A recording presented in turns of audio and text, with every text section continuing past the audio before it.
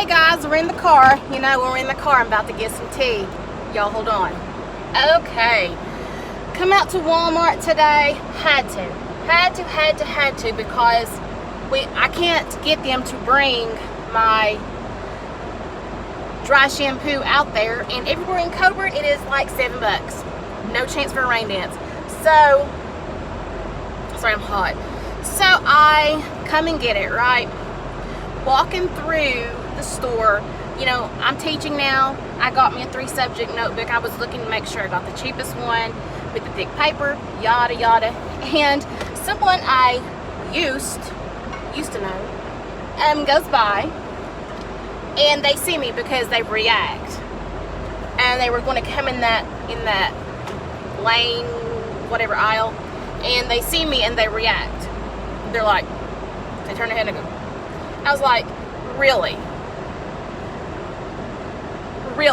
Okay, so it's been over 10 years since she even spoke to me. You or your family. So why do I care if you come in the Walmart aisle that I'm in? By now I have realized that if you were my true friends, when I got sick, you wouldn't have ran. When I got sick, you wouldn't have said, oh, my feelings are hurt, and quit. I'm talking about someone that I knew from a child. My blood's boiling. I'm getting tears in my eyes now. That's how mad I am right now, because you know, people are all over the internet. Be like Jesus. Share this if you love Jesus. Whatever. If we cannot even be friends on Facebook with people that we used to minister with, should we really be trying to be someone's model for Christian behavior? I'm not saying that you have to be everybody's friend on Facebook. I'm not saying that you have to talk to people from your past, but these people I were good to. My family were good to. Not just me. My entire family were good to these people. We're good was good. I'm sorry, I'm stuck on that. Anyway. And guys, it's not only ridiculous, it's hurtful. When someone that you have gone to bat for, even when it hurt, and they act like that. You know, when I have never had a friendship since then or before then like this. Maybe before then like this, but this was like on another level. God just put us in each other's life. Anyway, God just put us in each other's lives at a time when we needed somebody, and we did use it. We didn't use each other, but we leaned on each other. We were a true Christian friendship. I don't know who this person thinks they are. Anyway, so here I am at the gas station, and I don't, you know, used to that would have really, I mean, yeah, I'm upset to a point. I'm not upset because of what they did to me. I'm upset of how they portray themselves. And then they can't even speak to someone they minister with in the Walmart. That is ridiculous. That is small town life, y'all.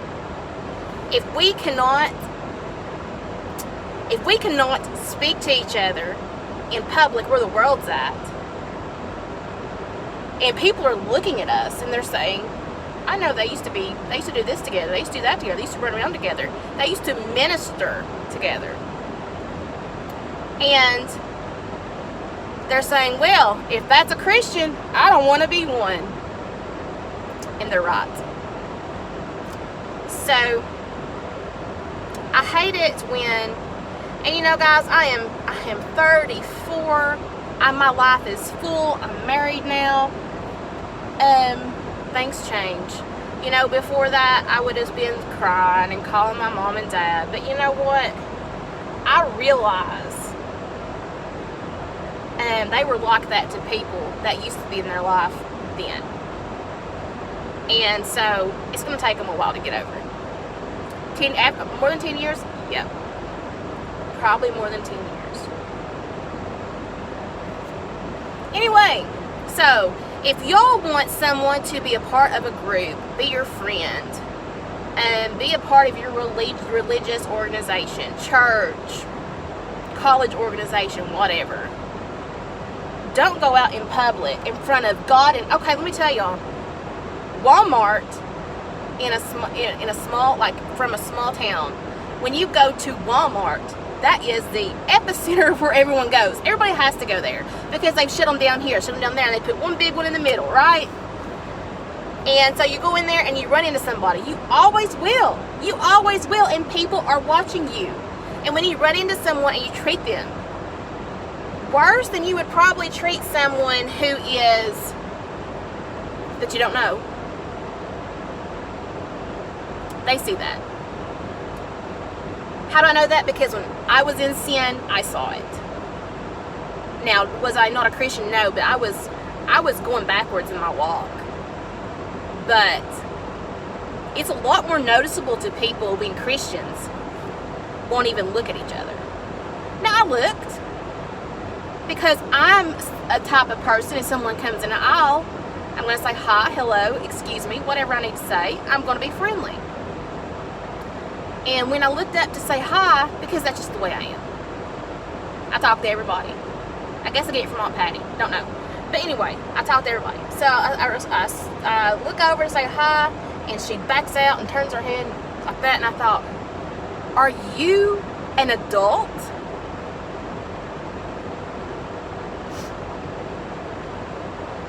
Are you going to procreate? Guys, we have got to stop the crap. I'm stepping on my own toes because there's people in this world. I saw somebody this morning that I just wanted to rip their face off. And it's not because of anything they've done since I was even alive. Y'all, it's because of crap they've done in their past. And it is sad. Now, there are some people in my life that have done somebody that I love so much, so wrong, it's hard. You say something to me, you hurt my feelings, I'll forget about it in 10 minutes. But if you hurt somebody I love, someone who never had a fair chance, someone who was used by this person from the time they met, guys, it's hard. And if I can look at them and say, Heather, you need to forgive, my God, I have not done anything to these people. Nothing. The truth of the matter is, I was the one hurt. So, I want to let everybody out there, Christian, non-Christian, let you know, there are every type of people in everything. There are snotty people who are not Christians and are Christians.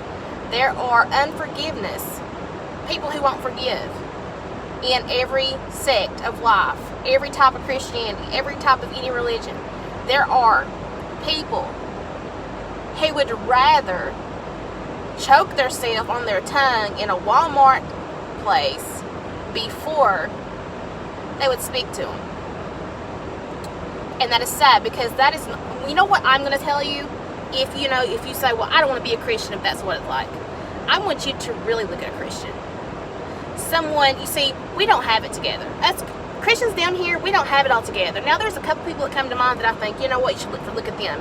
But guys, you need to look at Jesus, because we are trying to be like Jesus, and that's hard, because Jesus set a huge, like a whoa, way up there level that, we really can't attain to, but we try.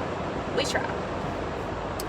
Jesus knew he was going to be crucified by the Romans, by the government, and by their military. Their military was going to come and get him, per se, just making it easier. And he healed people in that sect, in that group that he knew would crucify him. I don't think any of us are that have that much forgiveness. To be nailed on a cross, you know what? The nails in his hands didn't kill him. The pressure suffocated him. When you're suffocating, you raise yourself up, and when you get too weak, you suffocate on your blood. So, and the last thing he said was, forgive them. Not the last thing, but he said in that time, forgive them. They know not what they do. He could have called down every angel. He could have spoke anything and it would have happened in that moment. He could have said, take me down.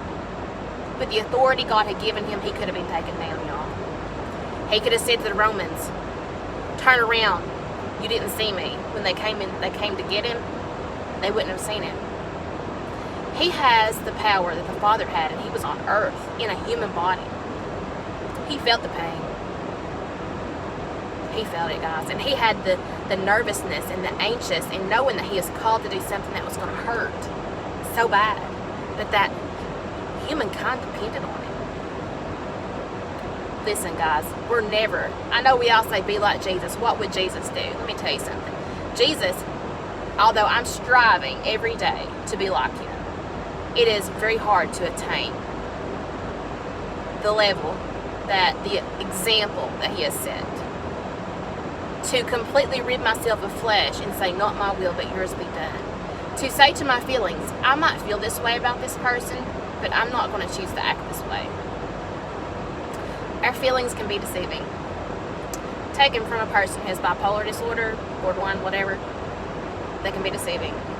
When I have feelings and I'm in a hot situation, I have to stop and say, okay, would a normal person feel this? Or is your feelings just rising up for no reason? Because it happens. So guys, pray for us. Pray for me. I mean, I'm growling about it. I shouldn't be. But it's an example I want to show y'all. If Christians, listen guys, listen. And I'm not trying to get in any political debate. But if two people who have loved each other, worked with each other, if one gets sick and they just throw somebody away,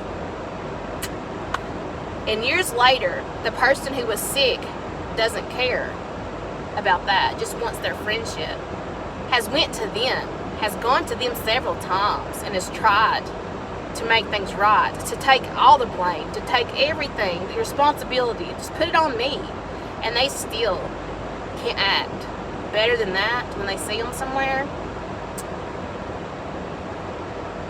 How can we expect people out there to love each other, no matter their color or their race, if we can't love each other? When we don't have those things we have in common, and we still can't love each other, or we still can't reciprocate because of something stupid.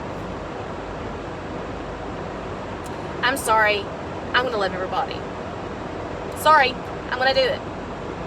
It hurts, it's hard, but I'm telling y'all, I'm called to do it. I'm called to love. There are some people in my life, when I see them, when I think about them, not when I see them, but when I think about them, because I never see them.